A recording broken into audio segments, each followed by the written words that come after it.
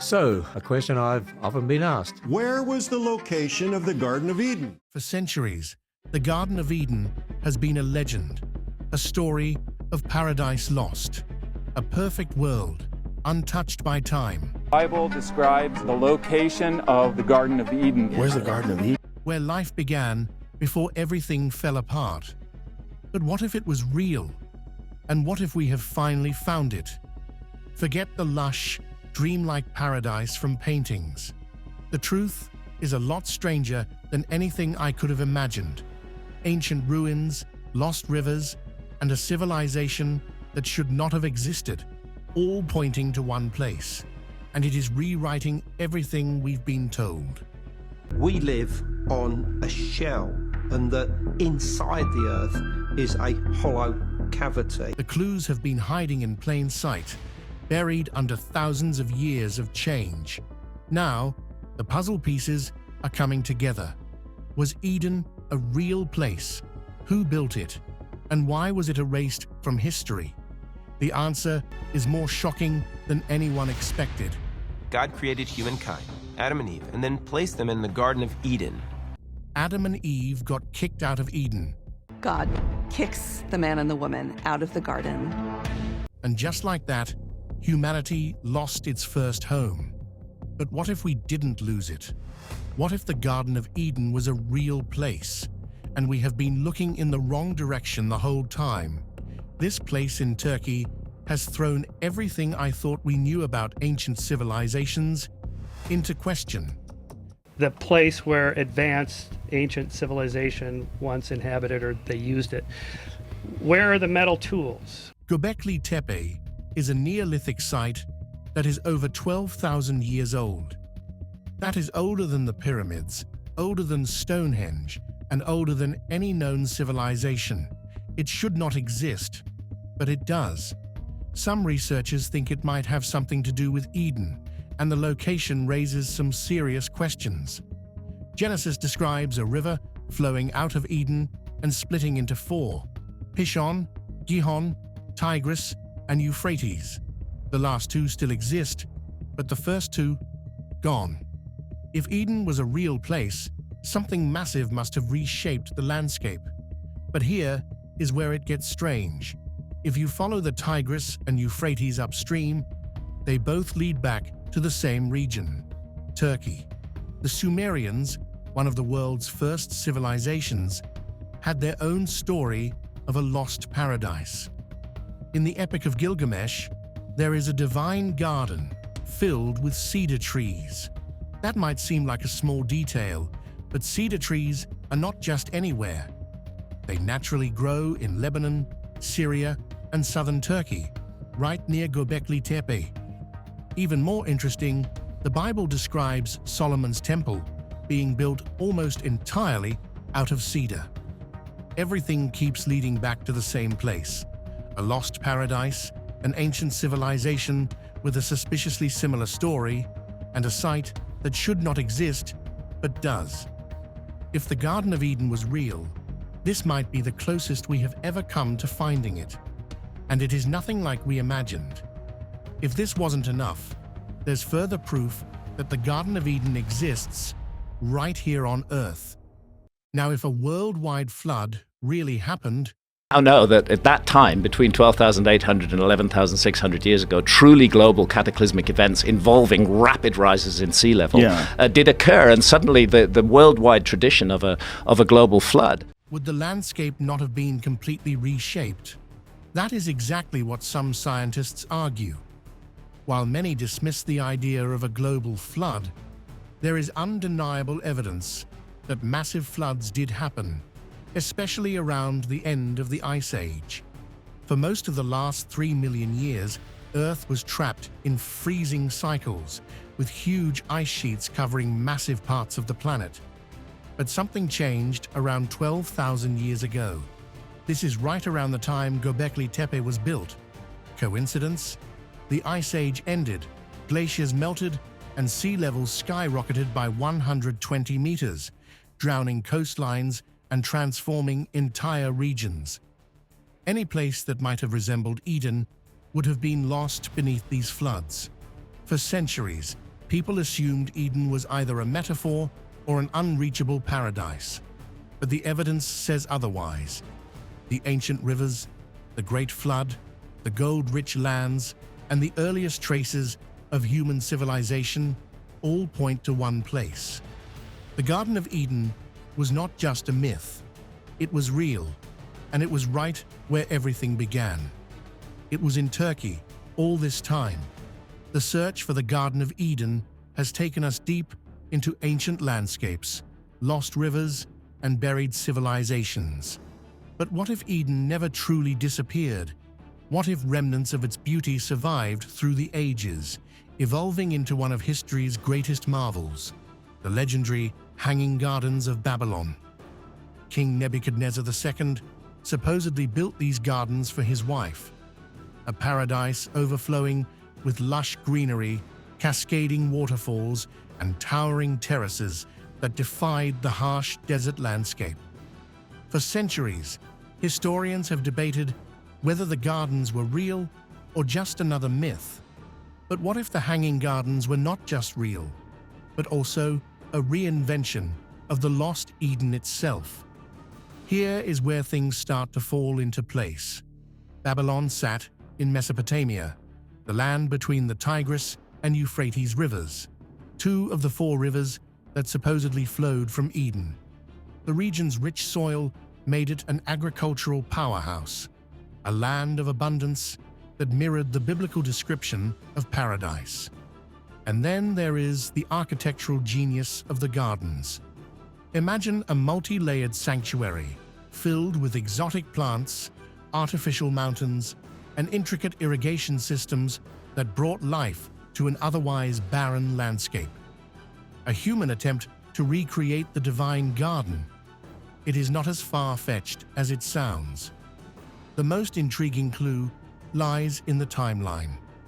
The Hanging Gardens were said to have been built over 2,500 years ago, but some scholars believe they were based on even older traditions.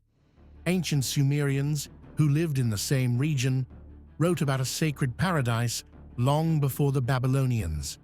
Their legends spoke of a lush, godly garden.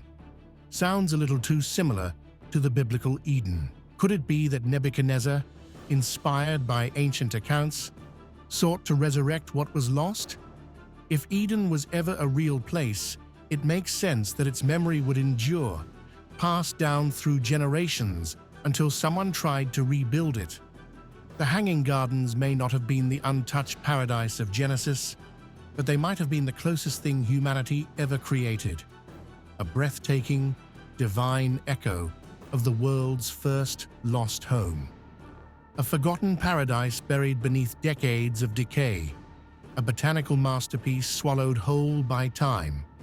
If the Hanging Gardens of Babylon were lost to myth, then Heligan was lost to history. And yet, against all odds, it came back. But let's rewind, because this story is wilder than you might think. Once a grand estate in the Cornish countryside, the lost gardens of Heligan were a vision of pure luxury.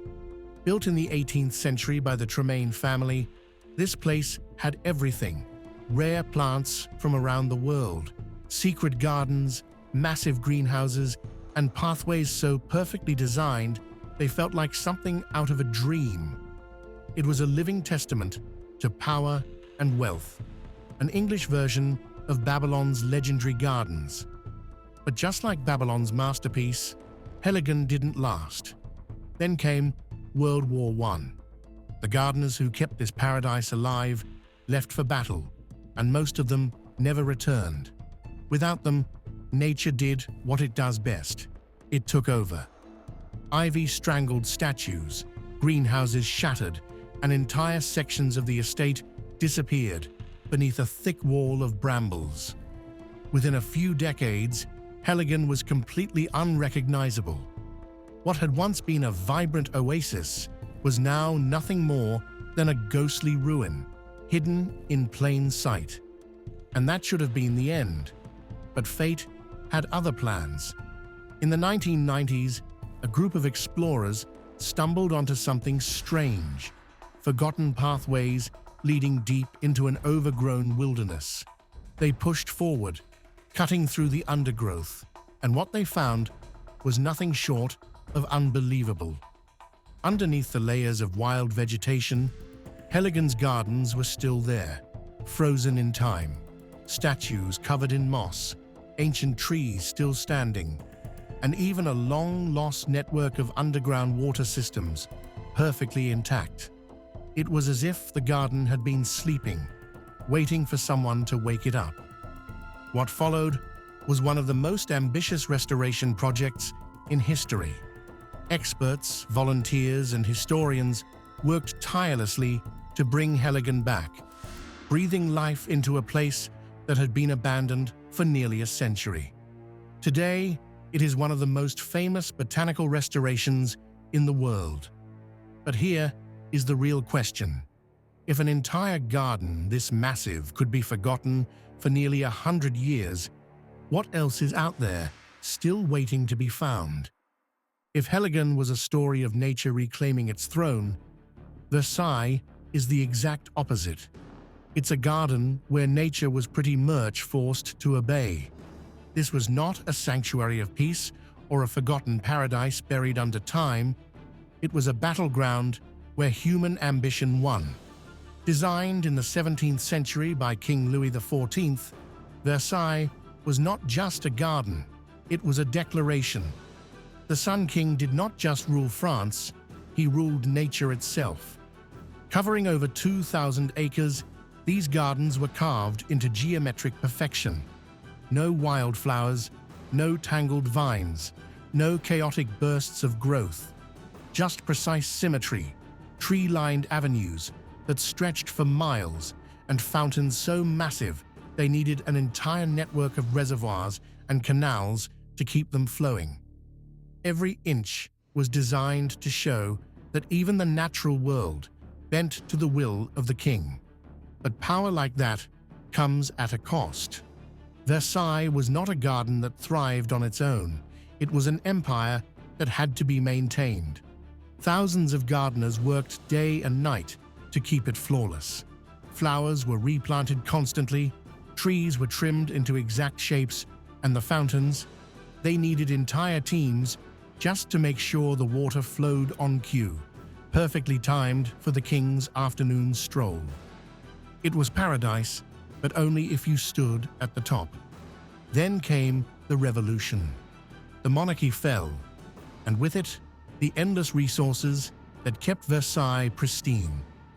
Without the constant upkeep, the gardens began to fade.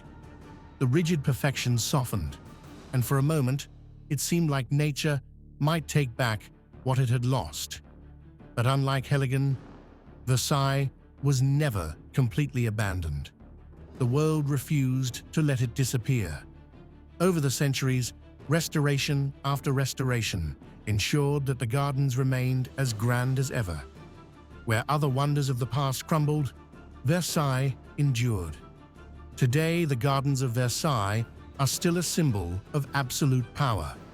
Walk through its pathways, and the scale alone is overwhelming. The fountains still roar, the flowers still bloom in perfect harmony, and every path still leads with impossible precision. This is not a garden that was rediscovered. It is a garden that refused to die. But beneath the beauty lies a truth. Versailles was never about nature. It was about control. And unlike Heligan, the wild was never allowed to win. Versailles was a display of power, a garden where nature bowed to the will of kings. But the Alhambra Gardens tell a different story, one of harmony, balance, and a deep respect for the natural world. Unlike the rigid perfection of Versailles, the Alhambra's beauty flows effortlessly, designed not to dominate nature, but to exist alongside it. Perched on a hill in Granada, Spain, the Alhambra was built by the Nasrid dynasty during the 13th and 14th centuries. It was more than just a palace. It was a reflection of Islamic architectural ideals, where gardens weren't just decorative, but spiritual. water played a central role, flowing through intricate channels, cascading from fountains, and shimmering in pools that reflected the sky. In a land where water was precious, these gardens symbolized abundance, life, and divine blessing. Unlike Versailles, where every hedge and pathway was forced into strict symmetry, the Alhambra Gardens were designed to feel natural yet deeply intentional. Cypress trees lined quiet courtyards, fragrant orange blossoms filled the air, and shaded walkways provided relief from the Spanish sun. Every space was meant to inspire contemplation and peace, a reminder that paradise could exist on earth if only one listened to the rhythm of nature. But just like the lost gardens of Heligan and Versailles, time was not always kind to the Alhambra. When the Catholic monarchs took control of Granada in 1492, parts of the complex were altered, and over the centuries, the once flourishing gardens faced neglect. It wasn't until later restorations that the Alhambra's breathtaking beauty was brought back to life. Today, walking through the Alhambra Gardens feels like stepping into another world. The soft murmur of water, the scent of jasmine, and the dappled sunlight filtering through ancient archways create an atmosphere unlike any other. It is not a garden of excess or control, but of balance and serenity. If Versailles was a garden built to impress, the Alhambra was built to soothe the soul. If the Alhambra Gardens whispered of serenity and balance, the Garden of Ninfa tells a completely different story, one of beauty, destruction, and an almost magical rebirth. This isn't just a garden, it's the ghost of a lost city, woven together with nature in a way that feels straight out of a fairy tale. Unlike Versailles, where power dictated every perfectly trimmed hedge, or the Alhambra, where design flowed like poetry, Ninfa is a place where history and wilderness have fused into something extraordinary. Nestled at the foot of the Lepini Mountains in Italy, the Garden of Ninfa is built on the ruins of a medieval town. The town of Ninfa, named after an ancient Roman temple dedicated to water nymphs, was a prosperous settlement until the 14th century, when it was ravaged by war, abandoned, and left to decay. For centuries, its crumbling churches, broken bridges, and shattered towers stood as a silent reminder of a civilization lost to time. But nature, as always, had other plans. In the early 20th century, the Caetani family, descendants of the noble rulers of Ninfa, saw potential where others saw only ruins. Inspired by the romantic landscapes of English gardens, they began transforming the abandoned town into a breathtaking botanical sanctuary. Instead of rebuilding Ninfa's medieval walls, they let ivy drape over ancient stones, turning destruction into something strangely beautiful. Streams were redirected to flow through the ruins, turning the old streets into lush, green pathways. Towering cypress trees, delicate Japanese maples, and vibrant cherry blossoms filled the space between the broken remnants of history. Roses climbed over shattered archways, and wisteria spilled over bridges that no longer led anywhere. If Versailles was about control and the Alhambra about harmony, then Ninfa is about resilience. It is proof that even in ruin, beauty can thrive. And maybe, just maybe, that's the closest thing to paradise we'll ever find. The Garden of Ninfa showed us the magic of nature reclaiming history. But what happens when paradise is built into the sky itself? I'm speaking of the Sigiriya Gardens, one of the most mind-blowing ancient landscapes ever created. This is not just a garden, it is a fortress, a palace, and a statement of power carved into a colossal rock that towers 660 feet above the Sri Lankan jungle. If any place could rival the legendary Hanging Gardens, it is this. Sigiriya, also known as Lion Rock, was transformed into a royal complex by King Kashyapa in the 5th century. The lower slopes were sculpted into symmetrical water gardens, complete with fountains that still function today. Higher up, terraced gardens and rock-cut pools climb the steep cliffs, leading to the breathtaking summit, where the ruins of the king's palace remain. It is a fusion of engineering genius and natural beauty, designed to impress, intimidate, and elevate its ruler above the world below. But Sigiriya is more than just a fortress in the cloud. It is a story of ambition, betrayal, and mystery. Kashyapa, who seized the throne from his father, built this sky palace to secure his rule, surrounding himself with unbeatable defenses. Yet despite its near-mythical strength, Sigiriya did not remain a royal capital for long. After Kashyapa's fall, it was abandoned and later used as a Buddhist monastery, its once mighty halls now filled with quiet meditation. The gardens themselves are a masterpiece of water management. Sigiriya was a fortress in the sky, built to elevate a ruler above the world. But what if paradise was built for a ruler in death, meant to last for all eternity? That is exactly what lies beneath the surface in China, at the legendary Terracotta Army Gardens. This is an underground empire designed to ensure that the first emperor, Qin Shi Huang, ruled not just in life, but forever. Most people know about the Terracotta Army, thousands of life-sized warriors standing in perfect formation, guarding the tomb of China's first emperor. But what many do not realize is that this vast complex was more than just a burial site. It was an entire recreation of the world above, complete with rivers, forests, palaces, and of course, gardens.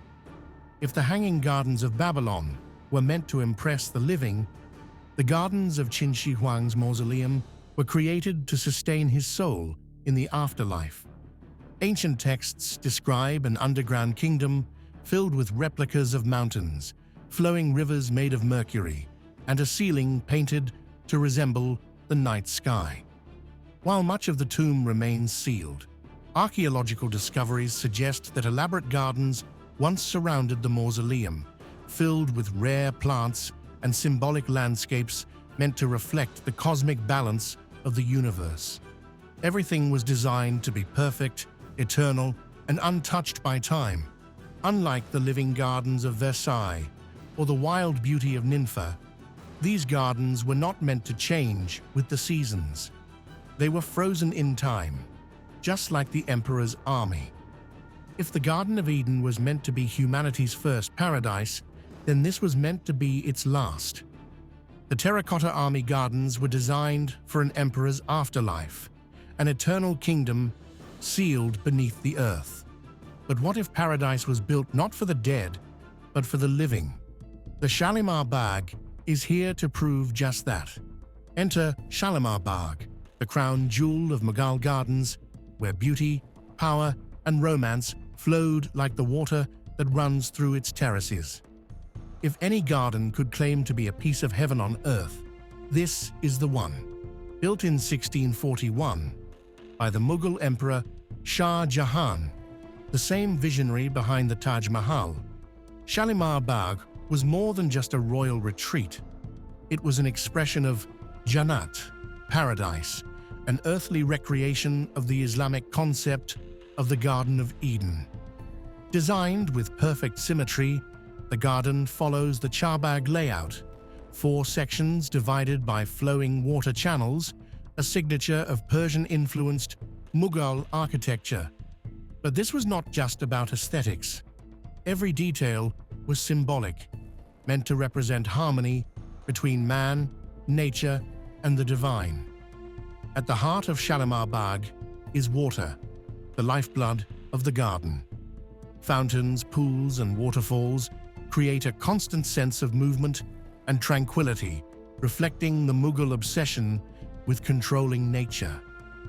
From the high terraces of Versailles to to the wild ruins of Ninfa, each garden we have explored tells a different story of power, love, and paradise. But Shalimar Bagh, this was not just a garden, it was a dream carved into the earth, a paradise made real. And if the search for Eden has taught us anything, it is that true paradise is not always lost. Sometimes it is right in front of us, waiting to be rediscovered. If the Garden of Eden was a real place, then history is not what we thought. Ancient civilizations, lost landscapes, and forgotten knowledge have been buried for thousands of years, until now. What else have we missed? How much of our past has been rewritten, erased, or misunderstood? One thing is clear. The Garden of Eden was not just a myth. It was real, and its ruins are still out there, waiting to reveal their secrets. But if paradise was lost once, could it happen again? And more importantly, what really caused its downfall? If Eden still existed today, would you want to step inside?